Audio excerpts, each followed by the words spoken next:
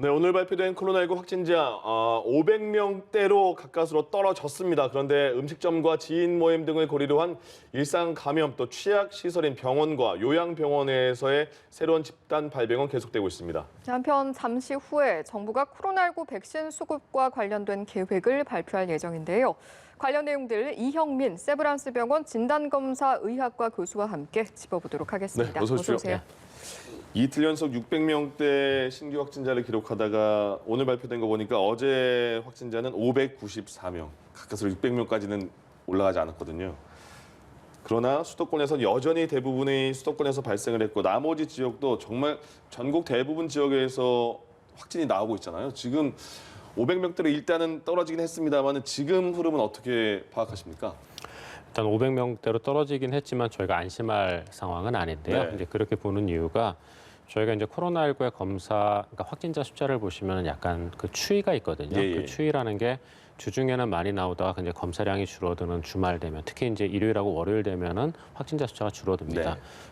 그렇게 놓고 보게 되면은 어저께 같은 경우에는 이제 500명대, 594명이 나왔지만 이거를 그 전에 전주하고 전전주하고 비교를 해보시게 되면은 그 11월 23일 같은 경우에는 349명의 확진자가 나왔었고요. 예. 11월 30일은 451명의 확진자가 나왔습니다. 그러면은 전전주하고 전주의 동일 요일하고 비교를 해보면 계속 지금 한 20에서 30%씩 증가하는 양상이거든요. 네네. 그리고 월요일 날 그 정도 환자가 나오면은 주중에는 그거보다 거의 한 15% 정도에서 20% 정도 많은 환자가 나옵니다. 예. 그거를 놓고 봤을 때 어저께 나온 숫자는 분명히 최고점에 비해서는 줄어든 숫자이지만 예. 이런 여러 가지를 고려했을 때 이번 주 중에 나올 숫자는 분명히 이 전주보다는 좀 많거나 아니면 비슷한 정도가 계속 유지될 가능성은 높다라고 생각이 됩니다. 예.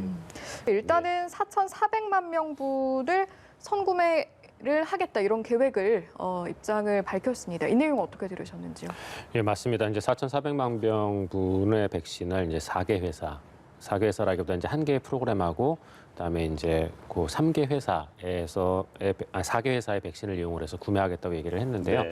이 정도 분량이면은 아까 이제 이완종 서울의대 명예교수이신 이완종 교수님도 얘기를 하셨지만 국내 여러 가지 상황을 고려했을 때 제가 보기에도 충분한 정도로 생각은 되거든요. 예. 왜냐하면 이제 이 백신이라고 부르는 것이 분명히 건강한 사람에게 주는 것이다 보니까 철저한 안전성 평가가 필요한 물질인 건 네. 맞거든요. 근데 지금 우리가 지금까지 나온 백신들에 대한 여러 가지 접종 결과나 이런 것들을 봤을 때 한 3개월 정도의 지금 안정성 우리가 다 확인은 했지만 예. 더 긴 안정성까지는 우리가 조금 더 봐야 되는 상황인 건 맞거든요. 네네. 그래서 예. 그런 것들을 고려했을 때 소아나 이런 부분들은 분명히 주의가 필요하기 때문에 예.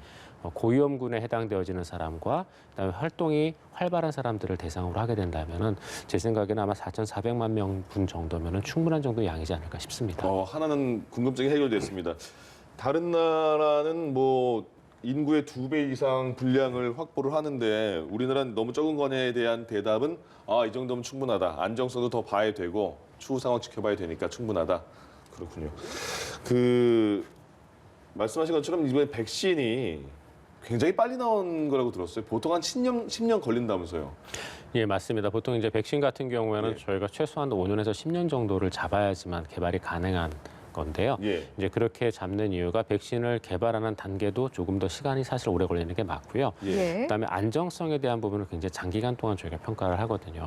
그래서 그런 것들을 다 거쳐 나와야 되는데 이번에 코로나19 백신 같은 경우에는 이렇게 빨리 나올 수 있었던 게 지금 몇 가지 이유가 예. 있습니다. 이제 첫 번째는 이 코로나19 백신의 시급성이 전 세계적인 공감대를 얻다 보니까 이 백신 개발에 대해서 굉장히 많은 협력이 있었고 전 세계적인 어떤 그러한 그 프로그램들이 있었습니다. 그러다 보니 예. 공조가 있다 보니까 이 백신이 개발이 좀 빨랐던 게 이제 첫 번째가 있고 두 번째는 그다음에 이제 이렇게 만들어진 백신에 대한 평가에 대한 부분에서도 여러 국가들의 지원과 이런 것들이 함께 되면서 굉장히 빠른 시간 안에 좀 평가가 끝났거든요. 예. 그래서 그러다 보니까 이제 백신이 좀 빨리 나온 것들은 있는데 근데 이제 그럼에도 불구하고 이제 말씀드렸던 굉장히 긴 시간에 대한 평가는 아직은 좀 부족한 편이긴 합니다. 네. 근데 이제 예. 그런 부분들은 저희가 앞으로 좀 데이터를 살펴보면서 예. 좀 봐야 될 것 같습니다.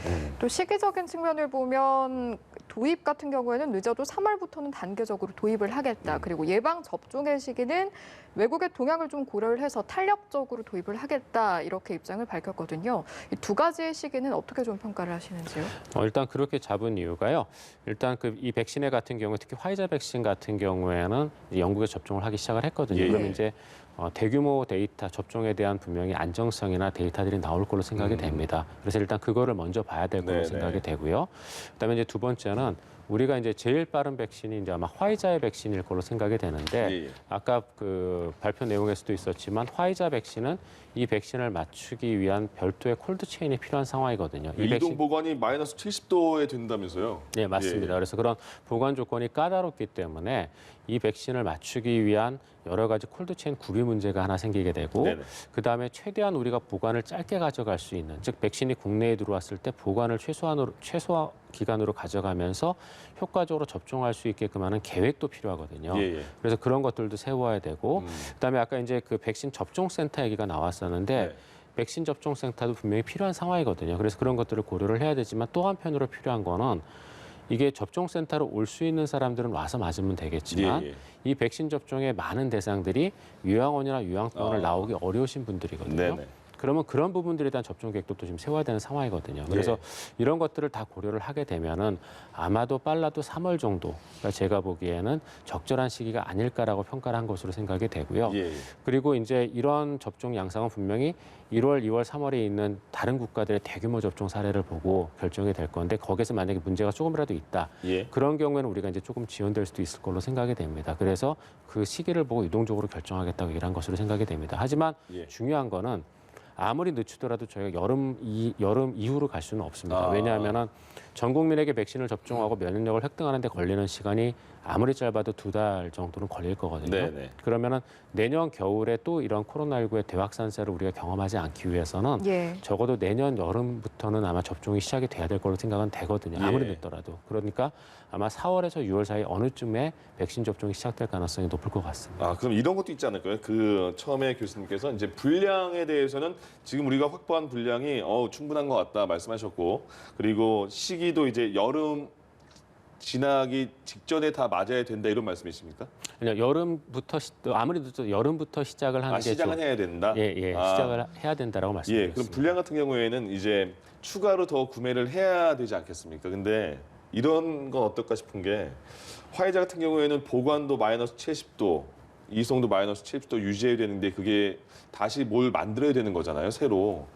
조금 더 기다리면 또 기술이 또 그 발달이 돼서 다른 데에서 그냥 일상 지금 우리 독감 백신처럼 일상에서 이동할 수 있는 그런 백신도 나오면 그때 그걸 사는 것도 괜찮지 않을까 그런 생각이 드는데요. 그게 이제 아까 2천만 명분을 확보했다는 그 아스트라제네카 백신이거든요. 그래서 아스트라제네카 백신은 우리가 익숙한 형식의 백신이기도 하고 네. 그다음에 이 백신 자체가 그러다 보니 이제 일반적인 냉장 온도에서 보관이 가능한 백신입니다. 그래서 더 편하군요. 네, 그리고 또 아스트라제네카 백신 같은 경우에는 국내에서 생산이 가능한 백신이기 때문에 예. 아마 이 백신에 대해서는 조금 더 그 많이 고려를 하고 있는 것으로 알고 있습니다. 근데 네. 화이자 백신 같은 경우도 저희가 마이너스 70도 보관 조건이 중요하긴 하지만 예. 이미 화이자 쪽에서 자체 보관 용기나 이런 것들을 만들어서 어느 정도 한 5일 정도까지 보관 가능한 그 여러 가지 패키지나 이런 것들은 구축을 한 걸로 알고 있거든요. 그래서 예. 아마 그런 상황은 조금 더 저희가 봐야 될 것 같습니다. 알겠습니다. 백신도 그렇지만 이제 네. 치료제, 국산 치료제가 올해 안에 결과가 나올 것이다. 이런 내용도 있었는데 결과가 올해 안에 나온다면 실제로 저희가 치료제를 쓰는 데까지는 시간이 어느 정도 소요가 될까요? 지금 국산 치료제 같은 경우에 있어서는 그 임상 이상 들어가 있는 걸로 알고 있는데요. 예. 이제 항체 치료제 아마 항체 치료제와 혈장 치료제 이 두 가지가 지금 개발 중에 있습니다. 근데 예. 혈장 치료제 같은 경우는 저희가 이제 혈액을 얻어서 농축하는 거기 때문에 그렇게 오랜 제조 시간이 걸리지 않고 네. 항체 치료제 같은 경우도 어느 정도 생산에 대한 시설은 구비를 한 걸로 알고 있습니다. 예. 그래서 아마 문제가 없고 의학적인 효능만 확인이 된다면은 그러면은 아마 내년 초 정도쯤이면 저희가 그리 오랜 시간이 걸리지 않고 사용할 수 있을 걸로 생각이 됩니다. 근데 중요한 거는 임상 결과가 어떻게 나오는지가 예. 제일 중요하거든요. 근데 지금 거기에 대해서 아직까지 우리가 나온 데이터를 그러니까 공유하고 있는 데이터가 없기 때문에 그 데이터를 봐야지만 정확한 추정이 가능할 걸로 생각이 됩니다. 그러니까 지금 그 화이자, 모더나, 아스트라제네카 이렇게 등등등 글로벌 제약사들이 먼저 백신을 개발하면서 많은 나라들이 거기를 많이 쳐다봤잖아요. 그래서 어떻게 생각하면 그 제약사들이 지금 갑이 위치에 있지 않나 이런 생각이 드는데 그래서 각 나라들에게 이거 부작용이 있을 수 만약에 있다면 우리는 책임 안 지고 너네 나라에서 책임져 이런 약관을 그 계약 사항에 넣었다고 해요. 근데 그거를 이럴 수 있나 이런 생각이 들었는데 아까 박능호 장관도 그런 불공정 약관은 근데 지금 현실에서는 다른 나라도 그렇고 일정 부분 수용할 수밖에 없다 이렇게 언급을 했어요. 그 받아들이는 게 지금은 어쩔 수 없는 상황인가 보죠? 예, 맞습니다. 지금 이 백신이라고 부르는 게 우리가 이렇게 여러 회사들이 백신을 만드는데도 불구하고 예. 전 세계 인구를 맞출 정도로 충분한 수량이 있는 건 아니거든요. 네네. 특히 이제 모더나나 화이자의 백신은 mRNA 타입의 백신이다 보니까 내년 1년 동안 만들 수 있는 양이 대략 한 20만 도즈, 그러니까 사람으로 치면 한 10억 명 정도를 좀 더 넘게 맞출 수 있는 분량입니다. 예. 그러면은 전 세계 인구가 지금 거의 70억이 넘는 인구인데 그 중에 7분의 1 정도에서 8분의 1 정도만 맞출 수 있는 분량이 내년에 나오는 거거든요. 물론 예. 그때 이제 아스트라제네카의 백신이나 또는 얀센의 백신 또 다른 백신들이 나오기 때문에 어떻게 될지는 모르겠지만 그런 것들을 고려했을 때 우리가 만약에 시급한 백신 접종이 어느 정도 일부 대상군을 내게 필요하다라고 판단이 되면은 예. 그때는 어쩔 수 없이 아마 이런 약관을 받아들일 수밖에 없는 상황일 수도 있지 않을까 싶습니다. 이게 충분히 많아가지고 저희가 그 중에 우리 마음에 드는 걸 골라서 쓸 수 있는 상황이면 모르겠는데 네네.